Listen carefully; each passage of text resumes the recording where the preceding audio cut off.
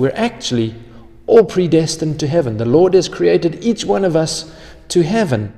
This conversation about predestination and the nature of God and the extent of His power and why is there evil in this world, how are we saved? These are all questions that come up over and over again in our conversations.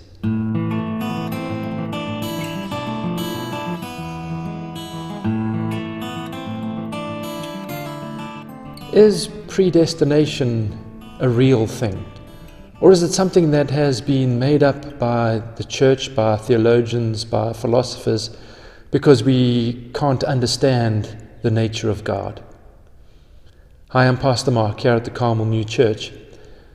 And through these practical spiritual conversations, I hope to bring some ideas into our thinking and into our daily life in a practical way. So how do we make this idea of predestination practical, if at all possible? This conversation about predestination and the nature of God and the extent of His power and why is there evil in this world, how are we saved? These are all questions that come up over and over again in our conversations. But how do we understand this difficult concept? Or is it actually difficult at all? Well, in the New Church, we look at it in a slightly different way. For a lot of people, it's about choosing one side or the other. And what is that one side or the other? The one side is a Calvinistic approach where you believe in predestination, that God has ordained all things, planned all things, decided all things because He is all-knowing. And so at your conception, at your birth, you are already predestined either to heaven or to hell. On the other side of the argument is the fact that we experience, and we all experience, this sense of freedom, the sense that life is our own, and that somehow we got to make our own way through this life. And so we have a conflict of two ideas where either the Lord is in charge of everything, or I have free will and I can just determine the nature of my life.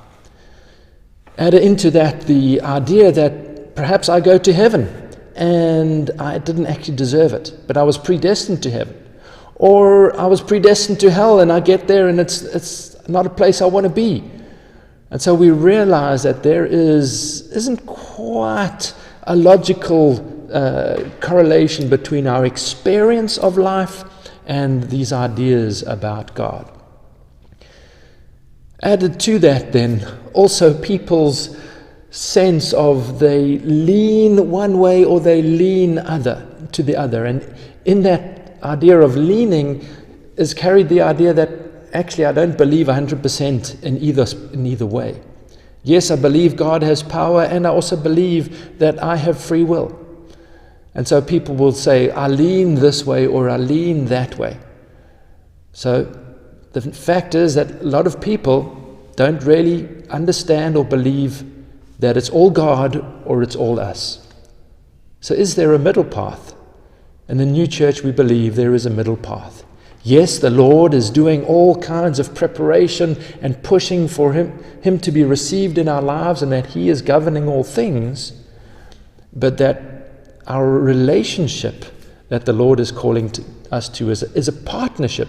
It's a cooperation. The Lord is asking us to cooperate, to work with Him, to walk with Him. And so there is an effort on our side. As the Lord works from inside, we work outwardly in our life. And so there is a coming together of the Lord and of our freedom. And that's how we understand predestination in the New Church, that we're actually all predestined to heaven. The Lord has created each one of us to heaven, and we decide in this world if we're going to cooperate with the Lord or not. And so predestination takes on a very practical part in our life, because we are predestined for heaven, we're created for heaven, and yet we have a choice of whether we're going to follow or not. So I hope this brings some nuances into your thinking on predestination, that it's not just one or the other, but it is actually both. Look forward to seeing you again.